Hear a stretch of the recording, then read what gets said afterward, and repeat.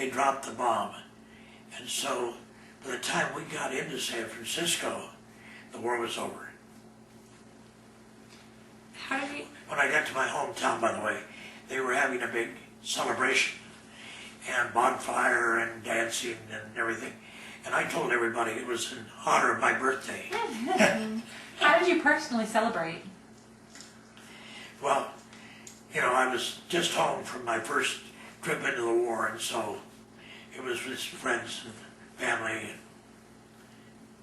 Speaking of family, how did your parents feel about you enlisting? Well, they were very concerned about my safety, obviously. People were dying by the thousands. I mean, the casualties were so much higher than they are now. We would lose hundreds of men in one day. My dad kept me from going in at 16, I tried to go in at 16. He wouldn't sign the papers. That's probably why I'm still alive. But What did you do after the war? well, because I went into the service out of high school, I hadn't been to college, and I wanted to go to college. I wanted to become a broadcaster. And everybody said, oh, you're pie in the sky. You'll never do that. Well, I spent 20 years as a professional broadcaster. So my dream came true, but I had a federal license to be a broadcaster when I got through. I kept studying while I was at sea. I went to sea for about 3 years. So I went to sea for a couple of years after the war was over. And I went into the Atlantic and the Mediterranean and just about everywhere. I hit almost most of the continents of the world.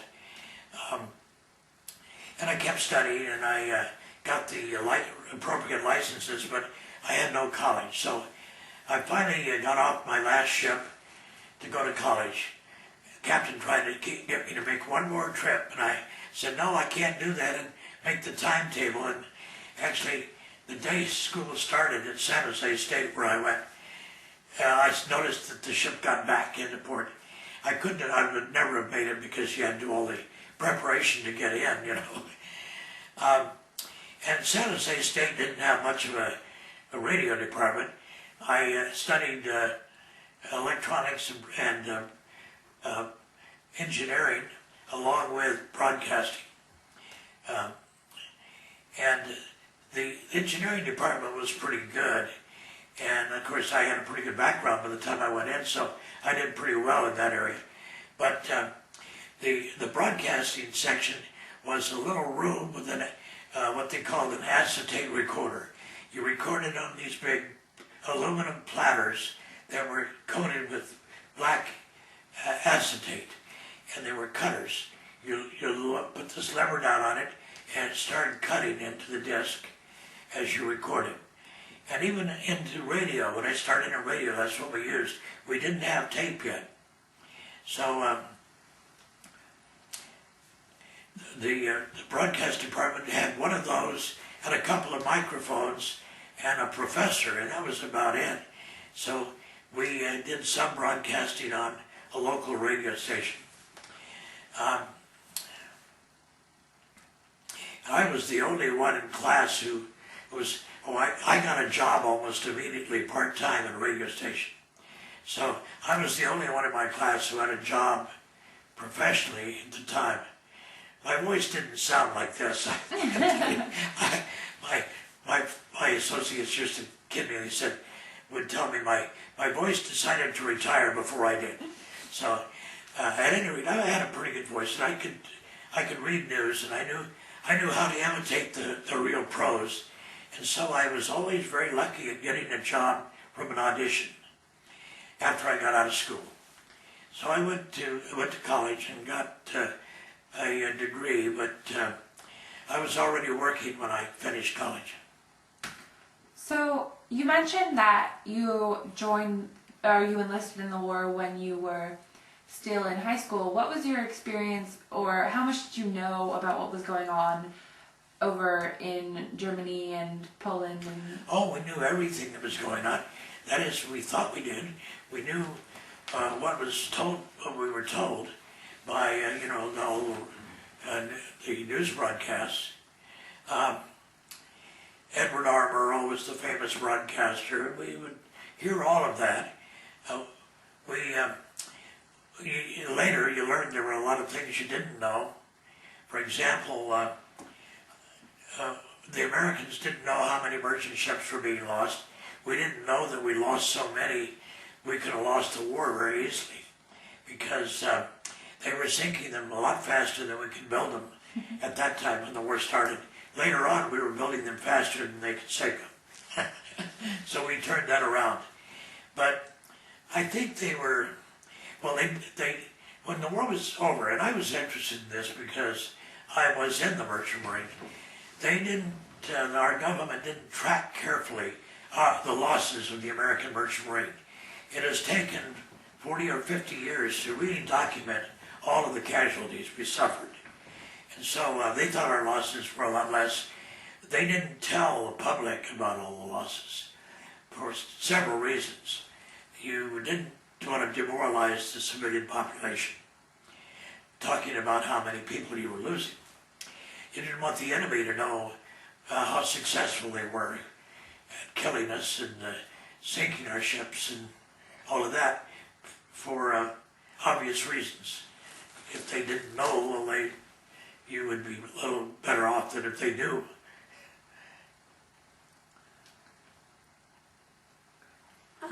Were you changed with the whole experience after the war?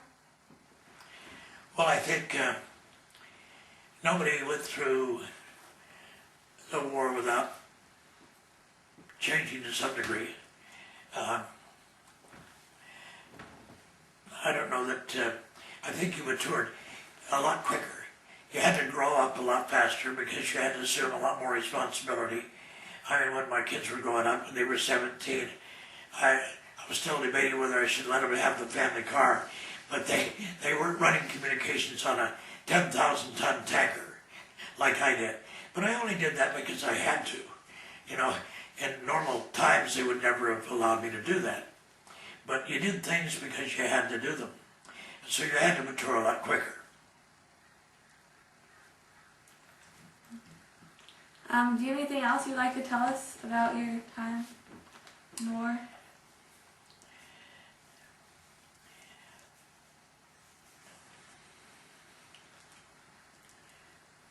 Well, I think I said I continued to sail for another 2.5 years.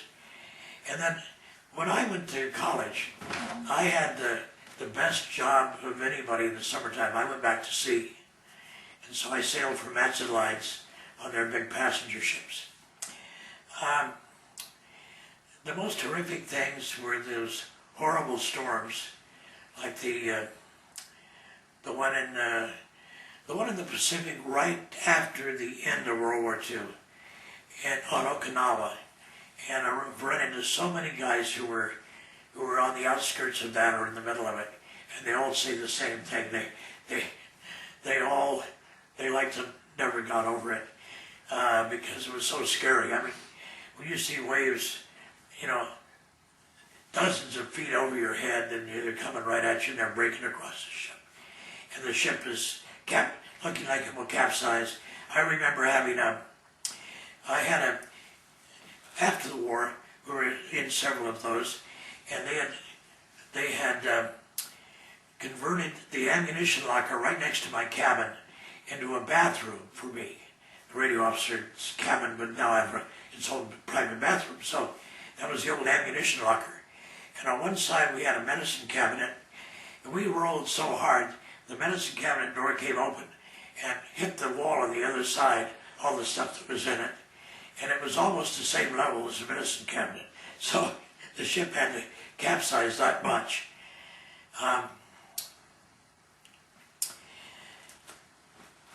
I guess there's not much more to say, except in all my time since the war, in all these years, I've only run across one person that I went to sea with. And